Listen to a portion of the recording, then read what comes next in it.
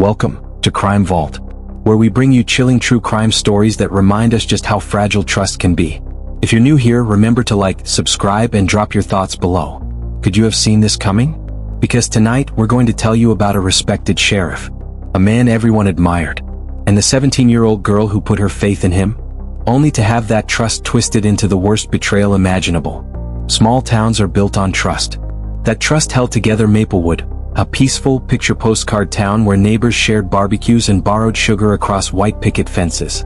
And at the center of that trust stood Sheriff Clayton Marshall. He was more than a lawman. He was a husband, a father, and a neighbor.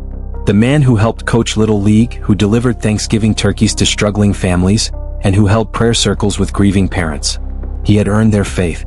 They called him Mr. Sheriff, a nickname wrapped in love and respect. His daughters adored him, and his wife Sharon told everyone she'd married the best man in the county. No one thought to question him. No one could have imagined the darkness brewing just behind those kind, reassuring eyes.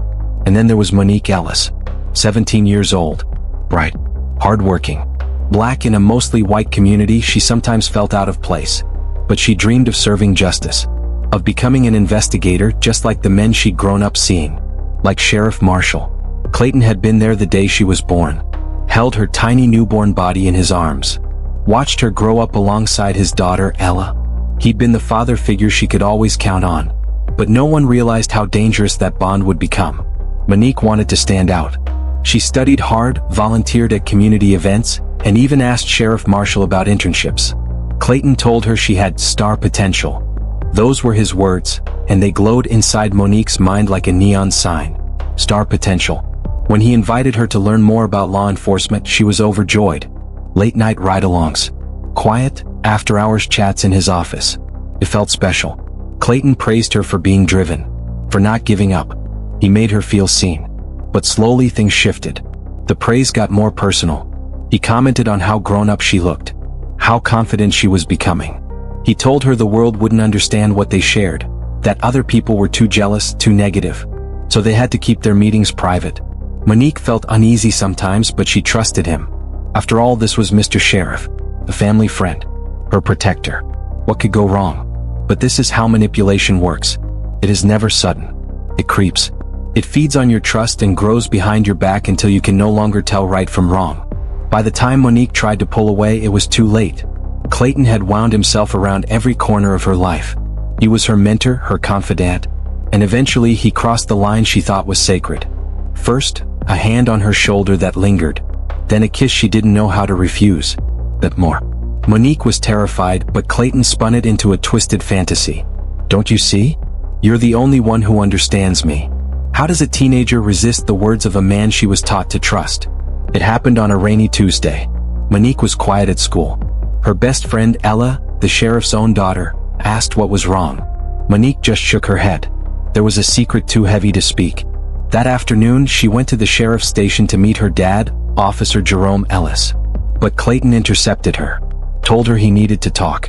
They sat in his office, the same office where she'd once felt so proud to dream of her future. That day, she told him she was pregnant. His child. Clayton's face went white. He tried to laugh it off. You're sure? Monique nodded. She was certain. He could feel the walls crashing down.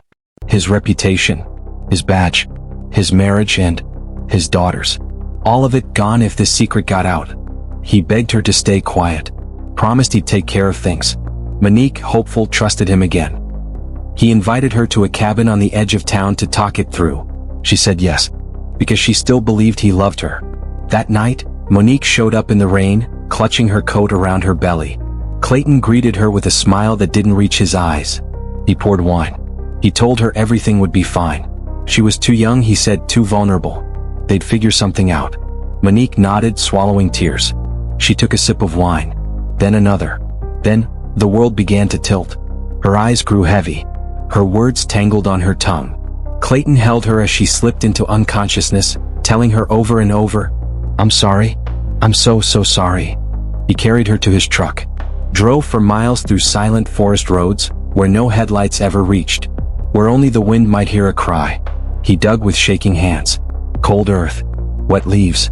The same arms that once held her in safety now lowered her into a shallow grave. Monique never woke up.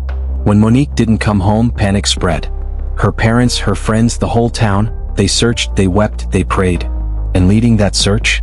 Sheriff Clayton Marshall. His voice on the news, promising he'd leave no stone unturned. He hugged Monique's father, Jerome. He sat at their kitchen table, comforting her mother, Denise. And every single word from his mouth was a lie. He steered the search away from that remote clearing. He suggested she'd run away. He planted rumors about a boyfriend. He even hinted she might be hiding. Because the best way to bury the truth is to control the story. But secrets have a habit of surfacing. 5 months later, 2 hikers stumbled on soft ground in the woods. Something felt wrong. They called the police.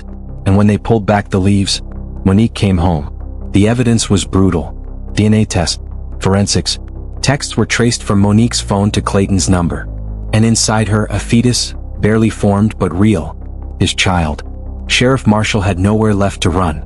His mask collapsed in the harsh light of the courtroom as Judge Aaron, a rising star in the justice system, delivered the words Maplewood had waited for. Clayton Marshall, you betrayed your oath. You took a life you had sworn to protect. You destroyed a family's dreams and ended 2 lives out of cowardice. This court sentences you to life in prison without the possibility of parole. There were tears in that courtroom that no sentence could ever wash away. Monique's father sobbed in the front row, clutching his wife's hand. Sharon Marshall, Clayton's own wife, stared blankly, as if a lifetime of love had been rewritten in a single moment. Their daughter, Ella, broke down completely. She had lost a best friend and a father, all in one monstrous act. Maplewood would never be the same. Protesters gathered, holding candles for Monique and her unborn child. Their chants rose through the town square. No more monsters in uniform. Justice for Monique. The town's soul was torn open, forced to reckon with an awful truth. Power is only as good as the heart behind it. Trust is fragile. Authority even more so.